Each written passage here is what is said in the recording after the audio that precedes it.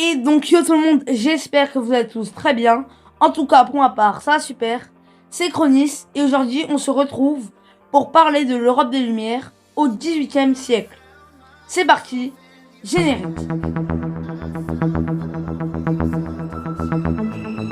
Tout d'abord, il faut savoir que l'Europe des Lumières est un mouvement intellectuel, littéraire, scientifique et philosophique que connaît l'Europe au XVIIIe siècle, avec pour modèle la monarchie constitutionnelle anglaise, qui est un régime politique qui s'appuie sur un monarque élu ou héréditaire.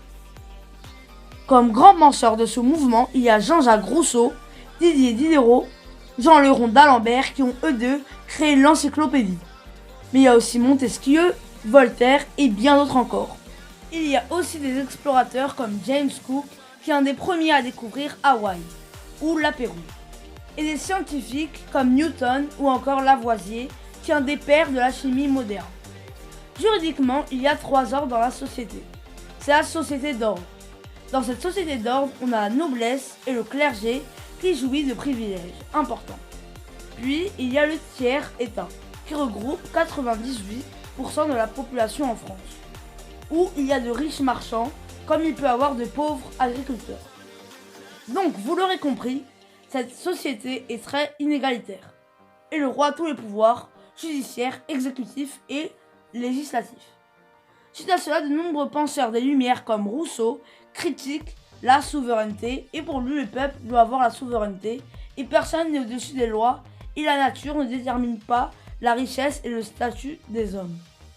Leurs idées se diffusent dans la presse, dans les cafés, dans les salons, les académies et pour terminer, leurs ouvrages.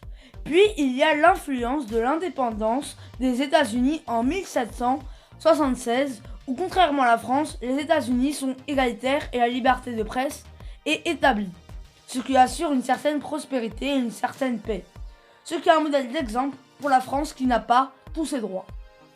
Ajoutez à cela que Louis XVI a des difficultés pour réformer car la résistance de la noblesse et du clergé entrame une révolte assez connue du nom de la Journée des Tuiles en 1788, ce qui bloqua les réformes pour les ministres tels que Necker, Turgot et Calonne.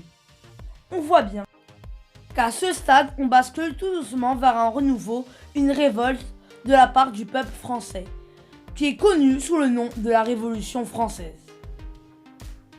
Et donc voilà pour cette vidéo, j'espère que vous aurez kiffé. Si c'est le cas, n'oubliez pas de liker cette vidéo, de partager cette vidéo, de me dire en commentaire ce que vous avez pensé de cette vidéo et aussi, le plus important, de vous abonner avec la cloche de notification pour ne manquer aucune de mes prochaines vidéos. Bon, moi je vous dis à la prochaine pour de nouvelles histoires sur l'histoire. C'était Chronis, tchuss!